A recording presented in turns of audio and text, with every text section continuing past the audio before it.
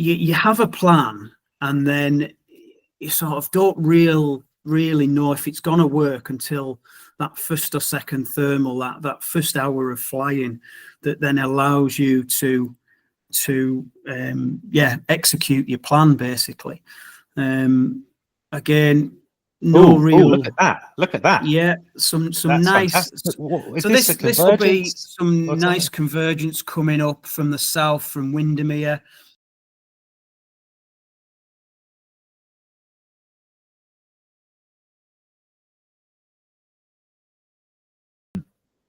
Okay, so thank you for joining me. This interview is a bit of a grand term. This conversation is the first in a series with pilots from the Cumbria Soaring Club to look at the Xlakes and which is the main hike and fly competition here in Cumbria, which is in June, the 18th of June to the 22nd. The first one is with Keith Bud Paterson, who's multiple-time winner of the Xlakes, the winner of the two-day, the main competition, including winning it last year in 2024. Keith has won the Tri-Nations Hike and Fly as well, which is not something from Harry Potter. That means that he's won the English, the Welsh, and the Scottish main hike and fly races all in 1 year. He's represented the UK in the X-Peer in Europe and other serious hike and fly races in Europe at a high level. Keith and John Westall were also the first people, I believe, to fly the Bob Graham Round on a paraglider, which is a famous ultra running route here in Cumbria and something that is extremely hard to do. Another club member, Tom Hodgkin, repeated it last year, the first person to repeat it with an even stricter set of rules as a hike and fly task. So thank you for agreeing to do this, Keith. I really appreciate it. No problem. The focus is going to be looking at track logs. So in this case, hopefully the track log from last year when Keith won the Xlakes. And just to explain why, partly it's selfish for me. I just want to learn about this. I'm taking part in the one-day Xlakes this year, and I want to get better as a pilot and understand the decision making and why people are making the decisions that they are. But also I want to try and raise the profile of the flying that goes on here in the hike and fly competitions, and maybe tempt some more people from around the UK to come and give it a go. So yes, absolutely. Come to Grasmere and enjoy the Xlakes and the atmosphere. It's exactly. It's a really good get together. Super. So just a couple of questions. This is introduction, Keith, if I can. When did you first fly? When did you first pick up a paraglider? I first picked up a paraglider and went flying in Chamonix after a snowboarding season back in 2003. But I didn't really start properly getting into it until 2011. There was a lot of things I was doing mountain biking back then, so I was really into that. But I mean, yeah, watching these lads take off hills when you're snowboarding, you're just like, oh, what's that? I want to give that a go. That looks fun. So yeah, 2011 was really when I probably started. So I'm into my 15th year. Just loving it. It's a passion, isn't it? It gets under your skin. and why hike and fly in particular? And what attracted you out of pure paragliding into the hike and fly discipline? I think it was just trying to push yourself in different aspects other than paragliding as well. It's a multiple day event, whether it's 2 days in the British Isles or 3-4 a week and more. You make the most of your environment and what's happening around you. You're making things up off the cuff. You just, what's the best thing I can do? It puts you in some amazing places where you maybe haven't planned. You know, you miss a thermal, you bomb out, or you do a slope landing, and yeah, you're just trying to evolve and make the most of what's happening around you. It's adventure. It really is adventure. And is it true that you've won the Xlakes every time you've taken part? Is that true? Yeah. 2020 when I first started my career, I guess. Yeah, just back then. So it was we could do a team event, and my good friend Westy had said, come and have a go. He'd already competed, I think, twice. Something I was wanting to do, but through one injury and a double booking, I couldn't. 2018 and 2019, but yeah, we joined forces in 2020, and I managed to scoop the team, and for me the personal victory as well, first pilot. Yeah, so 2021 managed to win again off sort of funny circumstances, with pulling a groin halfway through the first day, and really thinking I was out, unable to run. I just walked the rest of the day, and second day flyable, and I just flew a cracking flight. So it's never over until it's over. Just keep going, and never write yourself off.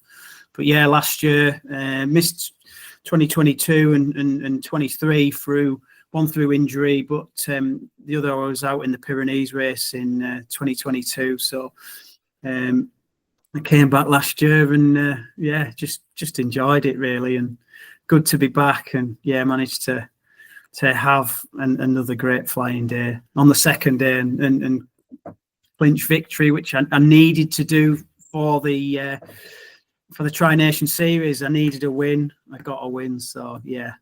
Super. And so is that the track log we're going to look at now? Is that the 2024 you've got loaded? Yes, we will do, mate. Well, we'll get straight into it.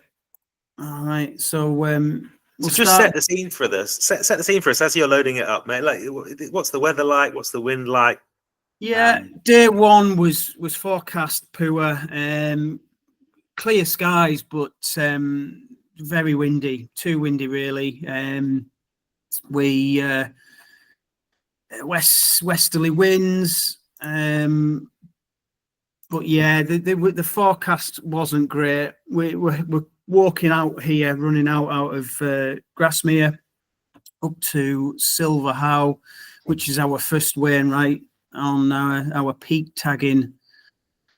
But yeah, the forecast was for strengthening winds, and there was a glimpse that we might be able to take off before 10 o'clock, and me and another lad did, and you can sort of see there, after a couple of attempts and little draggings, I took off, and we sort of instantly regretted it, really, thinking it is too windy, this is going to be dangerous to fly big mountains, so I need to put down somewhere, which I did, to start again on foot.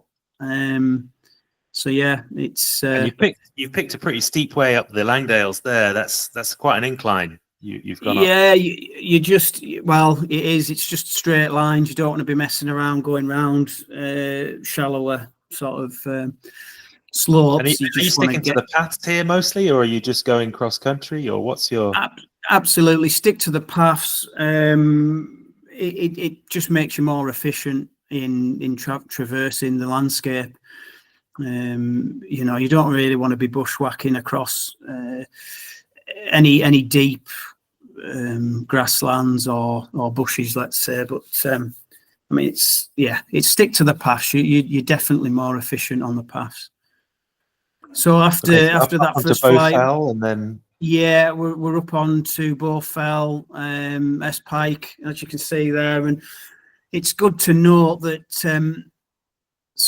some of these peaks, we've just gone past Great End, and you can actually get Great End there from just off the path. So yeah, quick out and return. There's a few lads. So is that a little hop on the paraglider then, mate? Were you flying that, or is that just no? This is definitely all on foot now. The first day, like I say, was for strengthening winds. So it was just where we needed. But so just pause a second. Can you just pause the recording and just I don't know if you can just explain that point to people that you just made very quickly about the cylinders. So you said that you could tag Great End without climbing it. we can tag Great End without climbing it. So the cylinders are 400 meters radius. You've got because when you went through there, you went through. Sorry to dive a little bit deep early on in the track log, but it's fascinating no, to it's me all right. that like you got 3 Wainwrights, Alan Cragg's Great End, and Esk Hawes all really close.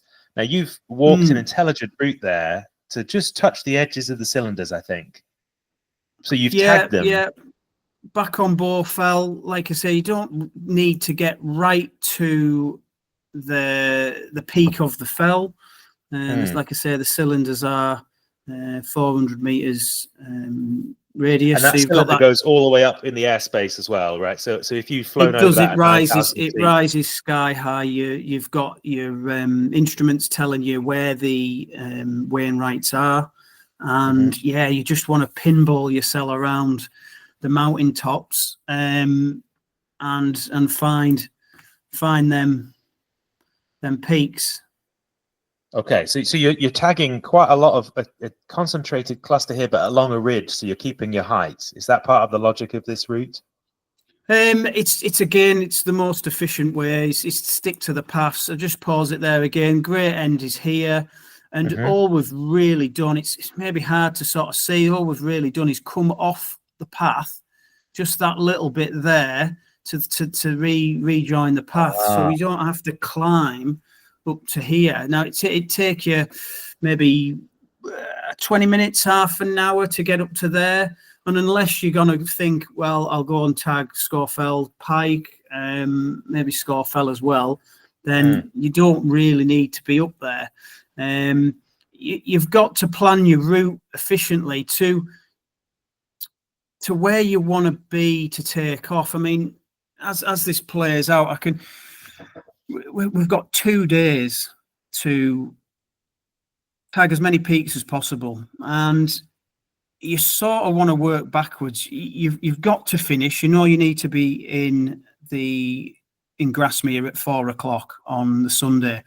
So it's where you can get to and return in them 2 days. So you look at your forecast, and for this was a flyable day on the Sunday. So we make our way. Where do we want to be on that Sunday morning, particularly at flyable time, maybe 10:30, 11 o'clock, to then get back to Grasmere. So the plan was sorry, you're looking at Sunday's forecast is for westerly winds and some good cloud base and some good flying conditions. So I plan to be on the west side of the Lake District, way out west, to fly back, and hopefully I can make my way. So we did like nearly 80 kilometers on foot this 80. Yeah, 80 kilometers, to on foot, to make then be in a good position to fly on the Sunday. Okay, that's a phenomenal effort. And I'm looking at your track log here. So going up what looks to me like the Buttermere and Cromwick water up the side along the ridge. Yeah, we've done high crag, high style there onto the Red Pike here, and just climbing. But other than that very steep trudge up to between Great and Green Gable, which I saw is a harsh uphill. It is. You're mostly staying on the ridges here. Yeah, you're running the ridges. Once you've picked where you want to be on that flyable day, like I say, this one was the Saturday. So I've got Great Bourne there. I haven't walked up to the top, but I've tagged it. And then this was maybe a bit bushwhacking to make my way over to, I can't think what it's called now. Beg your pardon. But we're not walking to the tops of these peaks, as you can see. We tag it, and then we're across a very boggy stretch here. It's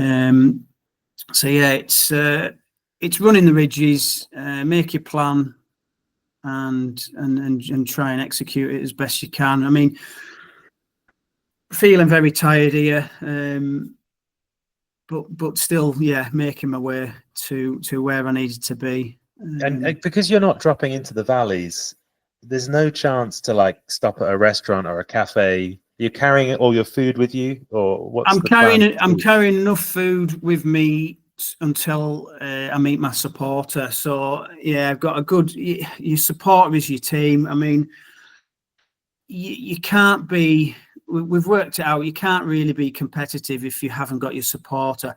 I did stop there for a bit of food, but yeah, we're just wandering down now. With the day's coming to an end, we know where we needed to be for Sunday. Yeah, going back to the supporter, yeah. So it's I am supported. I do need that support.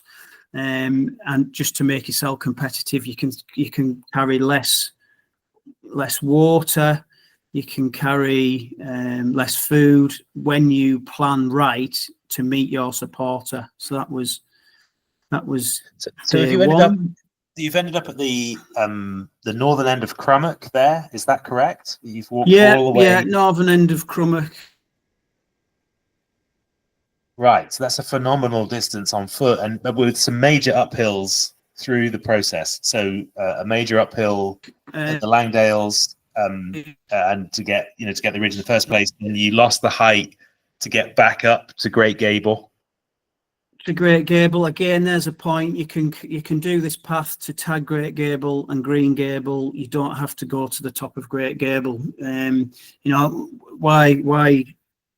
Yeah, do more than you need to do. Just tag these cylinders and go. You can pick up little ones. So my point was, yeah, I crossed here to go and get Fleetwith Pike. I know some people just then went for Haystacks and up High Crag, and it's just that little bit out, a little bit out of my way just to come back on my line and run these ridges. You've got so many ridges in the Lakes District to go off, like the Helvellyn range there. I mean, yeah, back in 2023, I said probably 90% of people will do that. I was completely wrong because the weather forecast was so good. Everyone did a massive circle right around the lakes and missed it. But yeah, there's about 17 Wainwright's points to tag from Clough Head, Great Dodd to Nabscar here down near Grasmere. So yeah, it's one I planned on. Right. It's the milk one. It's one I planned on doing for Sunday. So yeah. Okay, so then overnight, you're not sleeping in a bin bag on the fells. Were you in a hotel or a camper van or a tent, or like what did you do overnight? We've got tents. We've keep it light, keep it mobile. If you were to be up on a ridge, you could ask your supporter to come and meet you. I did on 2021. My brother came and joined me up on Grisdale, under Dollywagon. He came to Grisdale Town under Dollywagon. Grisdale Town, sorry, beg your pardon. Yeah, he come to join me up there, just to keep my height for the next day. But yeah, keep it light. You and your supporter. It's great to be a team and very mobile. But yeah, we okay, so you wake up in the morning, and how has the weather changed for day two? What's it looking like now? Yeah, it was forecast for, let's say, westerly winds, flyable conditions, 4,500 foot cloud base at the best time in the afternoon. I'll play this because there's a little bit of time. So before the flyable weather, which is forecast, 11 o'clock, you've got to let the day bubble away and really evolve. So what you're going to do with your few hours, you think it's flyable from 10:30, but you're setting off at 8 a.m., right? Yeah, 7 o'clock. 7. Wow. On Saturday, I think it was. So yeah, you've got 4 hours until you sort of think the flyable conditions will be there. So you go and tag a couple of peaks. I've got a morning flight there, not so bad. And it's all about setting yourself up. You need to be in the right place at when the conditions allow, really, to be able to fly. I mean, you only ever win these things by flying. The hiking is there to, challenge you. But yeah, off we went. And so just explain to me, can you just slow the pace of that down a little bit, Bud? Is that all right? Just to explain what we're doing to people following it, because once you start flying, you move a lot quicker. Yeah, beg your pardon. Yeah, well, no problem. So you've taken off from Kirkfell, I think. Is that right? Yes. And you've this thermaled a bit, but you're not chasing cloudbase at this point. Is that because the cloudbase is still quite low, or because you just want to get across that valley? I want to move as fast as possible, and a lot of my flying is not at cloudbase. It's being able to have enough height to traverse the landscape, and for this reason, it was to cross the valley. It really was. Maybe that thermal petered out. Time to move on, search for something, got something here, but again, just enough height, just a couple of turns to get me onto the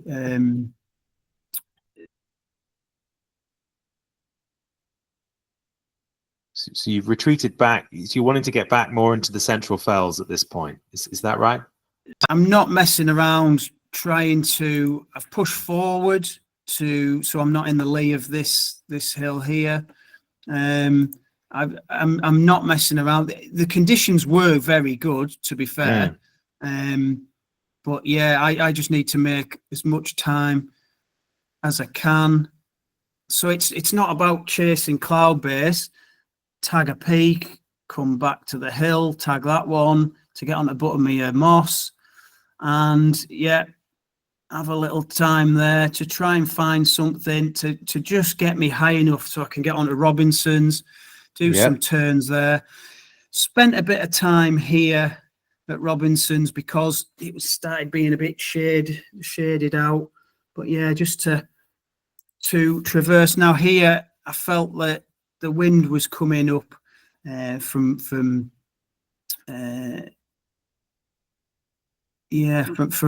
this side. It was just a better traverse than going. Some of this is about you not taking straight lines, but you're taking the safest line. You wanted to go around. Yeah. I wasn't that high on Robinson's, so I didn't want to go straight over the back and get in the lee of Robinson's. The faces are steep, the lees are the same. So I've come round to get to this point here, and not put myself in any falling air. Here, I spent a little bit of time just to figure out where was the best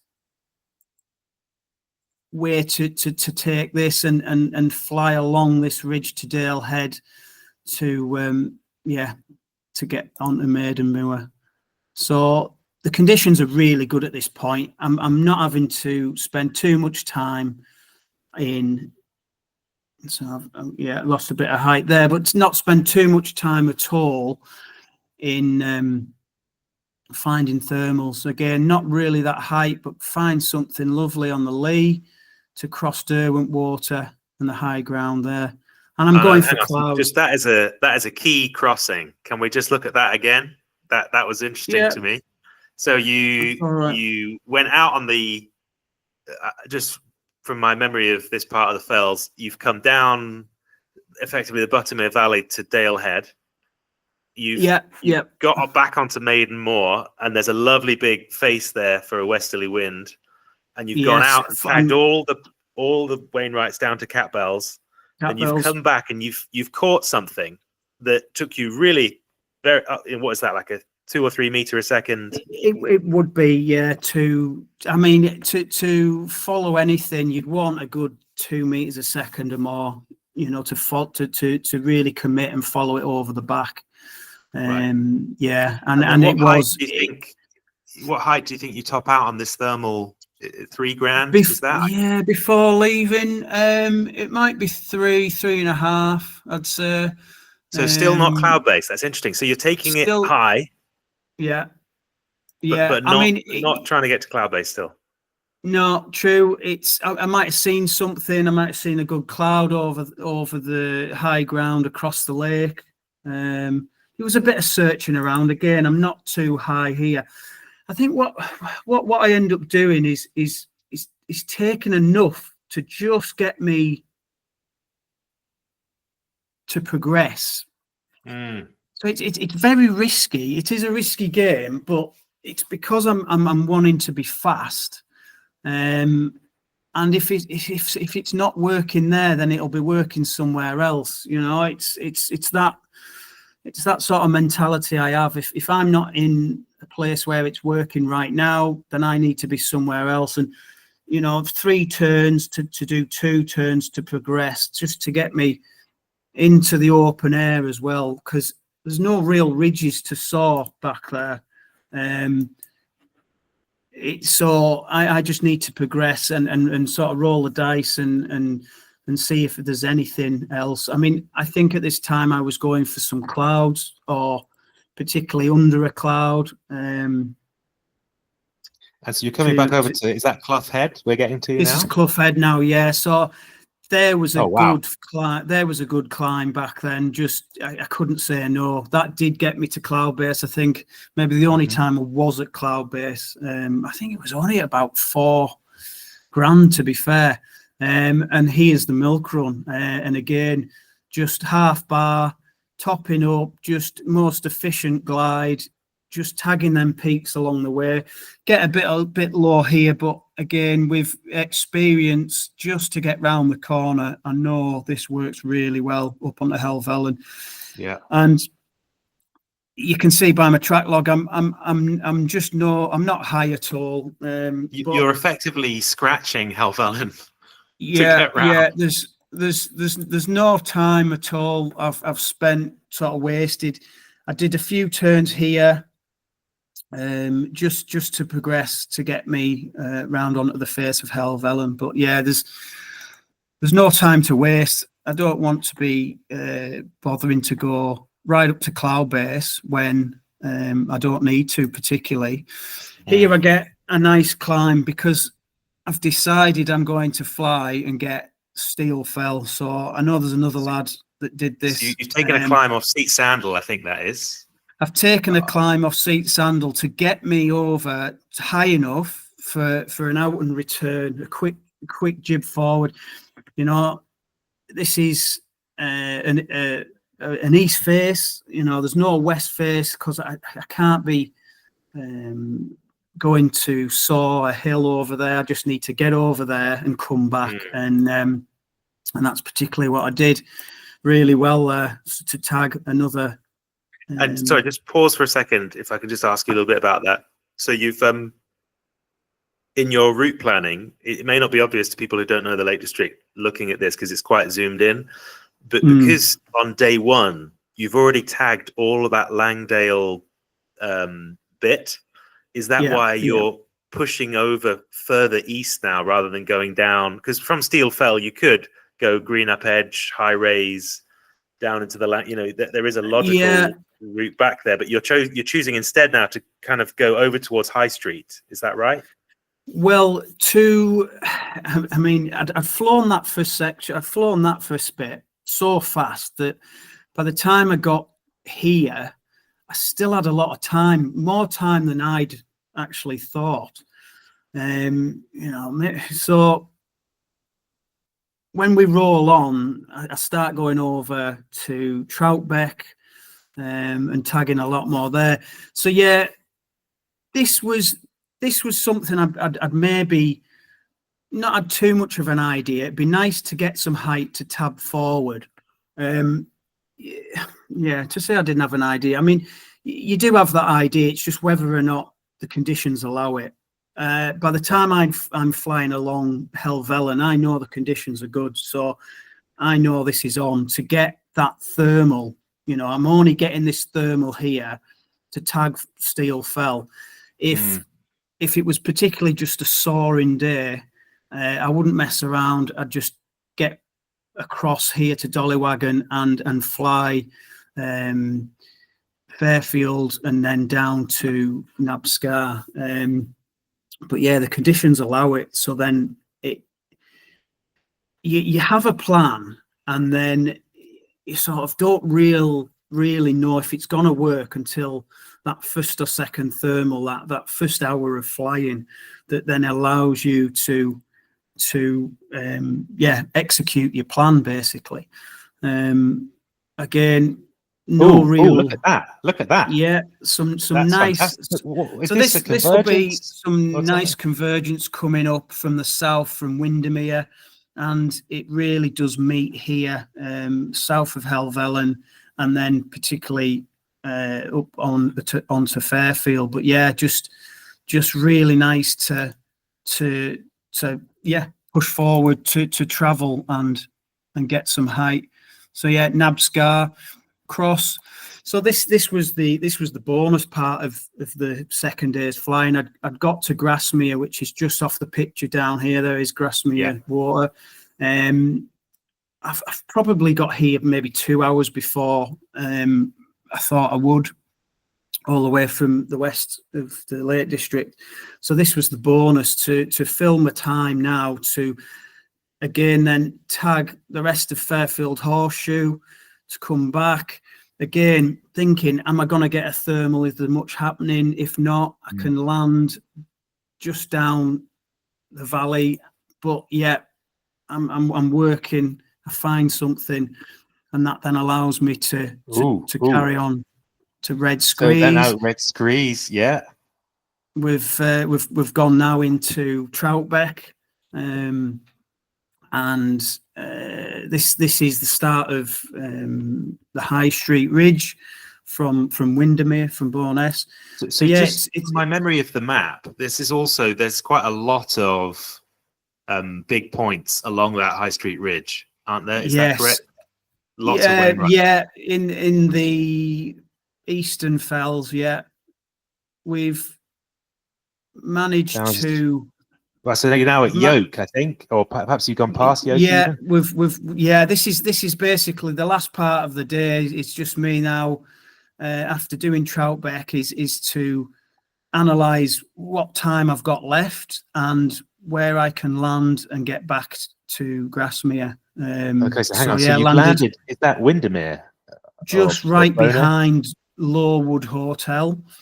Okay. And right. Yeah, I've got a quick measure up of the distance back to Grasmere is 10 kilometres. I've got an hour. I know I can run 10 kilometres in an hour, so it's not particularly. This running was just adrenaline filled. Hang on, let me ask you about that. Just pause for a second. Okay, so you land at 3 o'clock ish. You've got an hour to get back by 4. You've got everything on your back. How much does that weigh? What's in your rucksack? So my flying kit roughly weighs 8.5 kilogram, and then you've got extra bits and bobs, your Varios and some food and some water. So I'm carrying just about 11 kilo.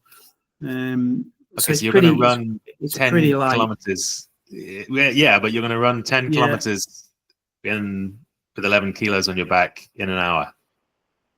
Yeah, absolutely. I mean, generally, we sort of think about when we're planning a route, we can travel at sort of 7 kilometers an hour through the day, average speed. But you make it up when you're on the flats along the ridges. You're walking up.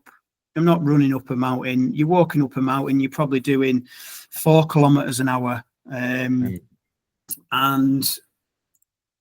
yeah, it's tough. A full day running is.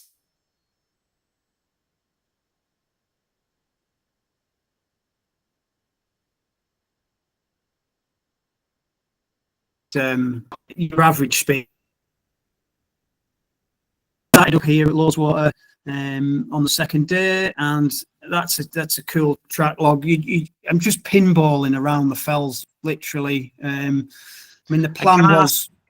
So yeah, can I ask about the plan? So in your mind, obviously you've seen that it's westerly and it's flyable on the second day, and so you have a general sense that you want to come from the western edge of the fells back.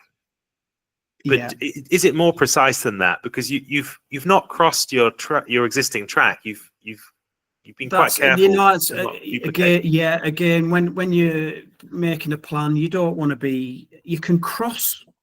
You maybe can cross your track from the first day, but you certainly don't want to be flying peaks that you've already tagged on foot. So think of your plan as a circle route, and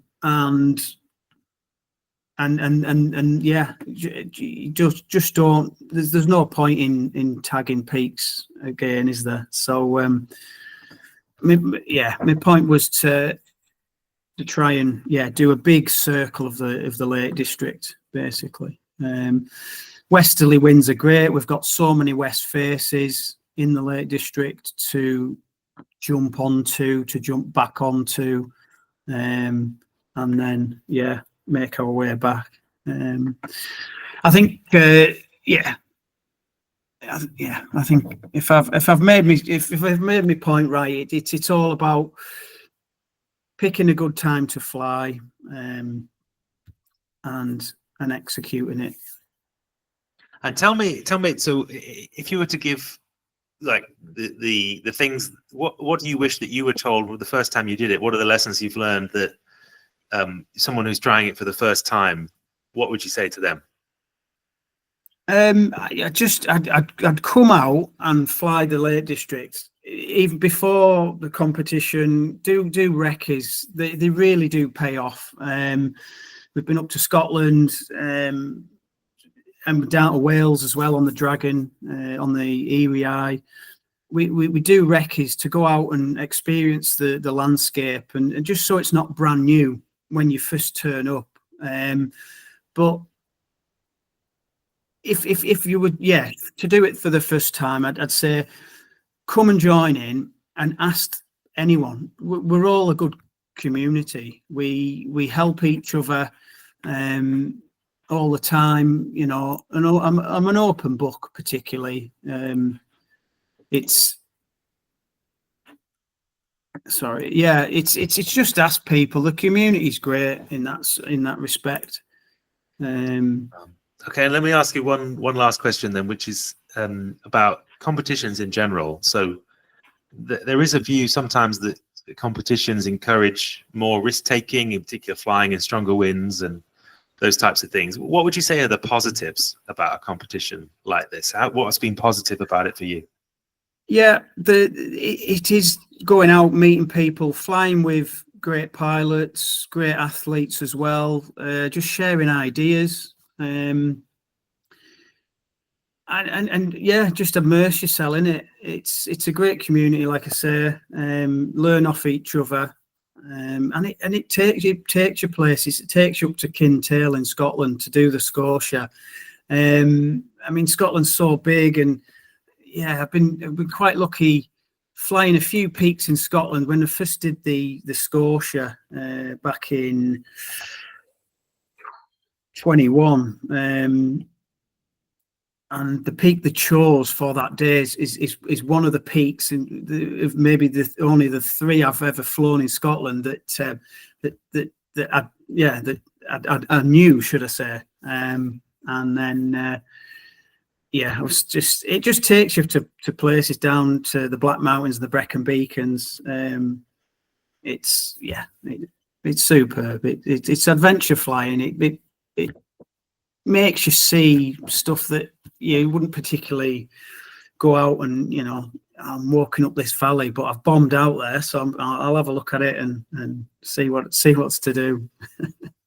Super. Right, so thank you so much for your time this evening. I really appreciate it, and for persisting through all the technology. It's all right, don't worry. Technical problems. I really appreciate you doing it. Thanks, Keith. It's been really good to listen to you talk about it. So the advert is 18th of June to the 22nd of June.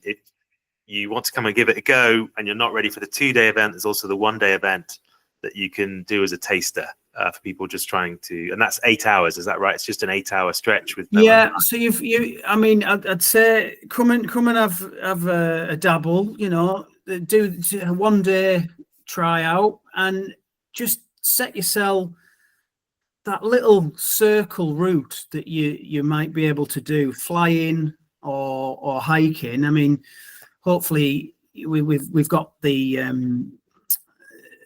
fudge factor of producing it on a flyable day with a bit of luck. The Xlakes does, however, happen whatever the weather. So, you know, pray for a bit of flying weather. But yeah, just set yourself a good loop to do. Hopefully the flyable weather will be about 11 o'clock, and then you've got the 5 hours to fly. So you can spend that first 3 hours of a morning, get yourself into a good position to fly a blinder, tag a load of peaks, do a bit of pinballing, land down into Grasmere and take the glory. Super. Right. Thanks very much, Keith. I really appreciate it. Thanks for your time. Thank you. No problem.